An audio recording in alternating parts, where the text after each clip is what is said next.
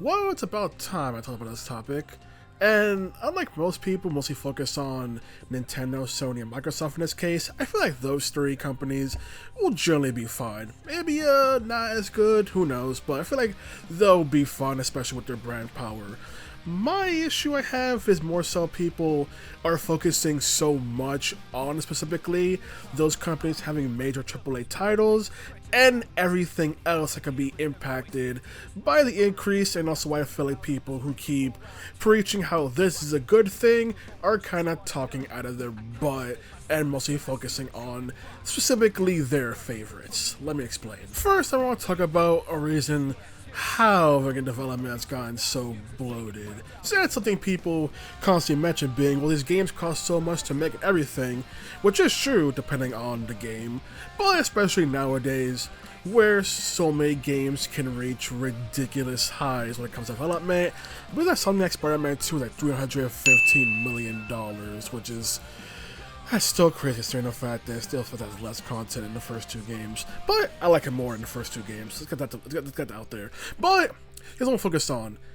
Graphics. And how many companies try to push the ball in graphics. So a main example go with for this being Square Enix. Like ever since like the PlayStation 1 era, Square Enix has essentially been the big graphical showcase company. Ever since Final Fantasy VII and the FMVs that were HD for their time, they've tried to constantly increase the bar. Final Fantasy VIII, Final Fantasy IX, and especially Final Fantasy X, that feels like the epitome of them flexing how amazing their graphical powerhouse is, especially when they have stuff like low quality models for the sort of easier to make cutscenes, high quality models for big cutscenes, and the big fancy CG cutscenes that people remember to this day.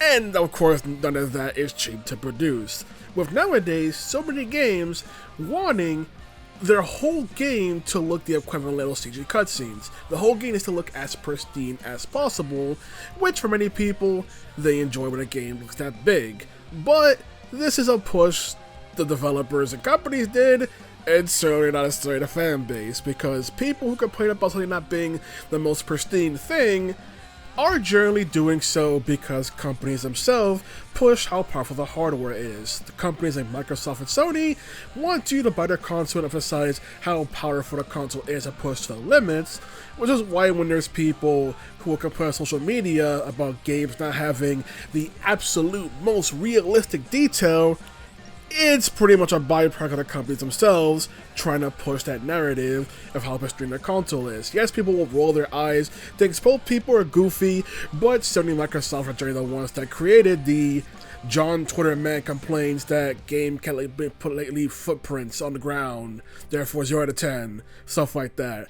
We have Square Enix be a case of, especially with their Final Fantasy titles, how harsh they keep trying to push the graphical limits, to the point where Final Fantasy 16 does it look gorgeous? It depends on the location. I mean, the game looks very brown.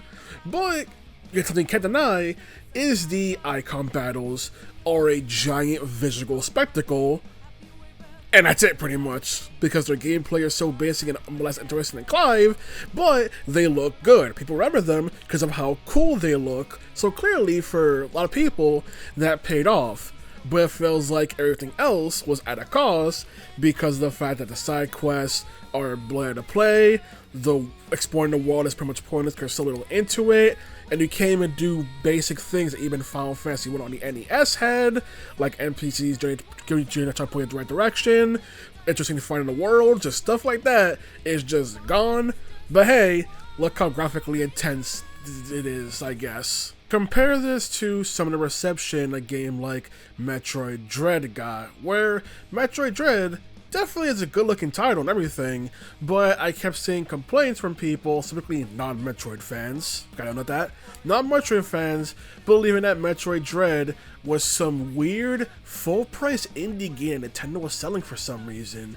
Believing that because Metroid Dread didn't have the graphical powerhouse of a PS5 level game, people generally found it visually interesting. I thought it being full price was blasphemous because it's full price. The expensive thing in the case of, there's Apple said, Final Fantasy 16 has shown Last of Us Part 2, where it's a big graphical showcase when that's all the game's going for. Hell, some people think nowadays 2D games in general shouldn't even exist anymore, which is even crazier to consider. I bring this up because you increase the price tag, that means expectations will also increase with it.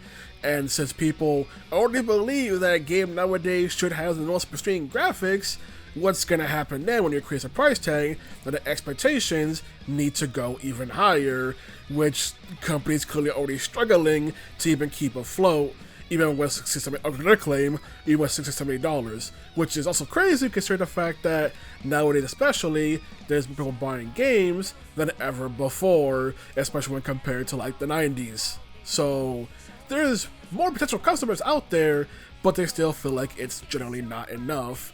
And now you're going to increase expectations even higher, which means the games need to be bigger as well. I recently made a video talking about video game runtimes and what people generally expect or find to be too much or too little. There was a person in the comments that mentioned how, for some people, if we work like a 9-to-5 job, they want the game to be reasonably paced for the sake of, their other obligations. But I brought up, I had to bring up in the video, how because of that 9-to-5 job, because of the cost, there are people who feel like a game needs to be as big as possible to justify that price. I'm already seeing people say that with $8 games, the game needs to be on the side, something like Cyberpunk 2077 or Zelda. And I know for a fact they exclusively mean Breath of the Wild, Tears of the Kingdom, and that hurts my soul. They're still good games. But it shows that people are now expecting the game need to be bigger. And if you're going to make the game bigger, the development costs will go up as well, and it feels like a freaking Ouroboros situation of eating your own tail. You need to increase the price, okay, people's expectations go higher. You need to meet the expectations, you need to increase development costs, which then need to increase the price, and it games go in circles, you get the idea. That's not even including how some games try their best to get as much money out of the player as possible. And also people mention like free-to-play games or gacha games, but I'm not talking about that in this case.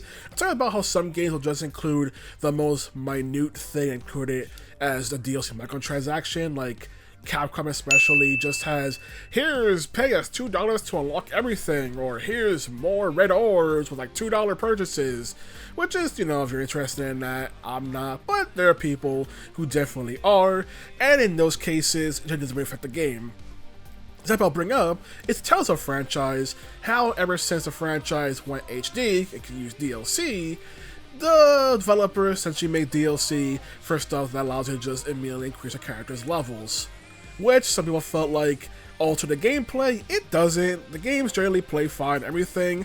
It's just an option if you prefer it.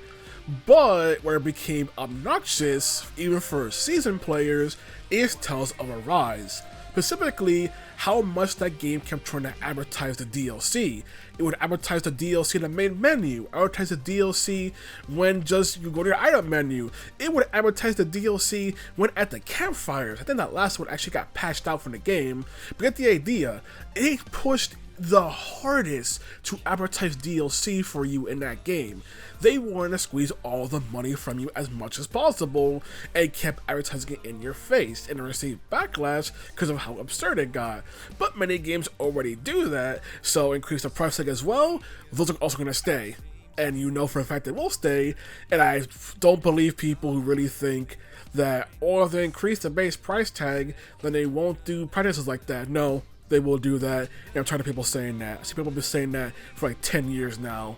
No, that's incredibly naive to believe. What I'm worried about is for smaller game titles that don't have the same big name. Like, I made a video on Atelier Yumia, and that game is great, but that game costs $70.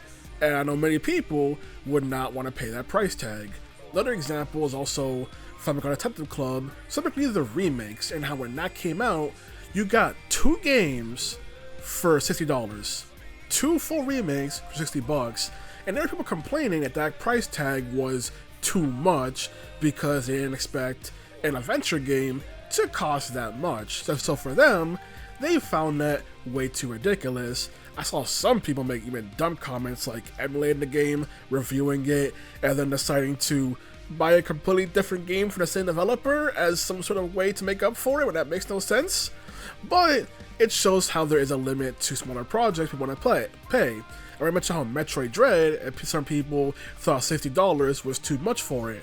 Hell, look at also Zelda with Link's Awakening Remake, where some people think $60 for that was also too much because they expect something bigger when you gotta charge full price. They're gonna increase the price tag even further, they expect something even bigger than that, and I feel like smaller titles will suffer from people just ignoring it because of the full price tag. Now, if someone says, well, those companies should lower their prices for those games, that's where I get people. That's where the people who try to say increasing game prices is a natural thing are full of crap. Because if someone that suggests that a developer lower their price and they're charging too much, why is that argument certainly not there for the big AAA titles they love to pretty much praise as being worth that money? Why is it suddenly something no longer worth the money because they decide that because they're not a big name? Was my issue, people playing favorites. People will mention Zelda Tears of the Kingdom was worth $70. Okay, what about Atelier Yumia? For some people, it won't. For some people, Sasuke Shadows, which I also recently made a video about, isn't worth $70. And they're right to hold that whole entire opinion. That's their opinion. But if you support the idea of game prices going up because it's the right thing to do, and then you complain about certain games costing too much for their price tag, I think you're full of crap. Now for this part, for people miss, games not meeting sales expectations, such as You're the One with You. That game not meet sales expectations from Square Enix. Granted, we never know what Square Enix ever expects from their sales expectations, but that's besides the point. The point is, it didn't sell as much as they hoped, so the series got shelved, with the very, very recent news that the game's director left the company. So, hopes for that game getting a new entry is lower than it was before, but it's never zero. But it's one of those things where I've seen people complain all over that people didn't support it, people didn't buy it, and how dare that it's all their fault. And mind you, this was a AA game that cost full price. And if people didn't buy it at that price, what makes you think they buy it at like a $70, $80 price tag? And some people might be thinking, why would you try to AA game at full price? Many companies do that. Many companies do that, in fact. Hell, many games you can think of, like World of Final Fantasy, Stranger of Paradise, freaking Star Ocean 2 Remake, Star Ocean The Divine Force, not just Square Enix alone, freaking Click Effect 1 and 2, stuff like that, the Persona series, freaking Persona 5 at $60, it's probably a AA RPG. So, there are many companies that do that and charge that full price tag. And based on what people told me, which is game prices should go up, I believe those games prices should also go up. But if some games are struggling to sell $60, what's going to happen if their price tags go up for these more lesser known franchises? Which is one entire thing people don't really think about. People only think about the big AAA titles that they are willing to pay that much for. They feel it's grand enough. What about games that are smaller scale? Should they have to lower their price tags for that? If people believe that, but also believe games should cost higher, like I said before, I feel like they're full of crap because of that. The other case is also Days Gone. Now, granted, Days Gone came out with many bugs and launch day issues up the wazoo, but it eventually started selling a lot more copies down the road. But those copies were bought at a discount, with I believe the game's director or one of the big people in charge generally upset that the game basically only really sold at a discounted price, where the whole big number of sold a bunch of copies didn't matter to people. It mattered at what price tag people bought the game, which is another aspect where people are pretty much missing. The fact that generally these people want to say companies to charge their prices, the games need to sell the most when they're at full price and not when they're at discounts. Yes, discounts are always great for the consumer, like me, but for the company, it's generally not great since they're basically at that point going to start selling it at a loss, and if more people buy this at a discount, then doesn't matter what the sales number is, the companies are going to have issues with the whole entire not being able to recoup their costs. So I find that's a big fact that people skip over when it comes to the whole aspect. Yes, people should buy games when they're cheaper. They should definitely do so. but I don't want to see anyone complain. I don't want to see a fan base. I don't want to see a developer. I don't want to see none of y'all complain if the game does not sell expectations at launch and ends up hitting a huge threshold, but only after discounts. Another example is Final Fantasy VII Remake. Came out on PS4 for $60, and then got a $20 DLC episode that was only playable on PS5. So one PS5 purchase later, you can now buy this DLC episode for $20, bringing the total cost of the game and DLC to $80. But if you bought the PS5 version of the game, then the DLC came included, but it cost $70. The game's price tag generally went up between them, although some would argue it's technically cheaper than buying the PS4 version and the DLC. Granted, the PS4 version would have been cheaper by that point, but that's not the point. Then it came out on PC, which got the backlash. First, it came out as an Epic Game Store exclusive, which by default caused backlash, but then it came out on Steam. Steam players had to wait the longest, and they were still asked to pay $70 for the game, which they felt like at that point, the game should have been cheaper because of how long the wait was for it to even reach Steam to begin with. On top of the fact that, just for like 5% Remake is really worth that price tag, considering it's kind of more bloated than anything else. That's not the point. This isn't about the greatest quality. It's about the game cost $70, and PC players had the backlash, especially since it's the first time Square Enix tried to introduce $70 games to PC players, which they were not okay with in the slightest. So they expected the game to be cheaper than all the other previous versions, which they didn't get.